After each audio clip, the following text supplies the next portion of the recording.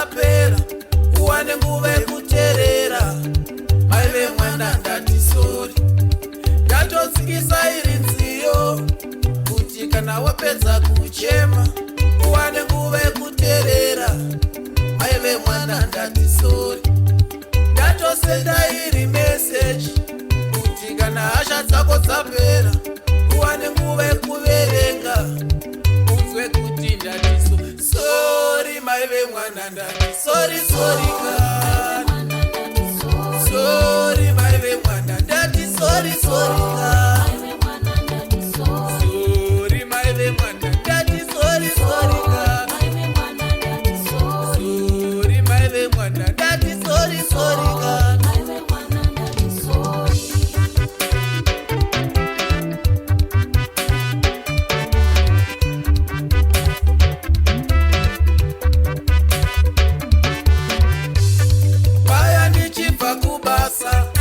Ndakadarika neparwizi ndokuona pagere mwanasikana.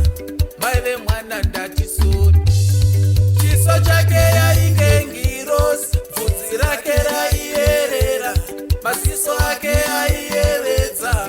Mai vemwana ndati sori, akangondinyenwerera, akangondisekerera. Handina kuona kuti injusu, handina kuziva kuti itsungunu, yakangonyemwererwa, yakangondinyenwerera. Handina kuziva chakandiputira, handina kuziva chakandimonera. Ndakazoona ndava pasi pemvura, ndakazoona ndava pasi pemvura. Kuti ndipukunyuke zvaramba, kuti nditize zvaramba, kuti ndicheme zvaramba. Ndakazoona ndava pasi pemvura, shuwa ndatorwa nenjuso. Sori mai vemwana ndati sori kana sori. Mai vemwana ndati sori kana sori. Mai vemwana ndati sori kana sori. Mai vemwana ndati sori kana.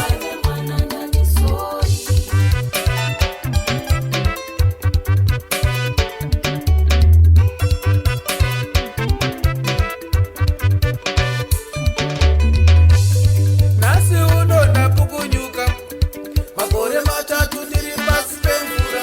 Nasi uno ndapukunyuka, ndati ndodzokera kumba kwangu.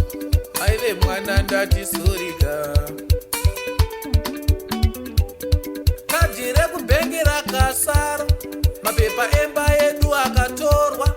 Mai vemwana ndati sori kana. Kadhi rekubhengi rakasara, mapepa emba yedu akatorwa. Mai vemwana ndati sori,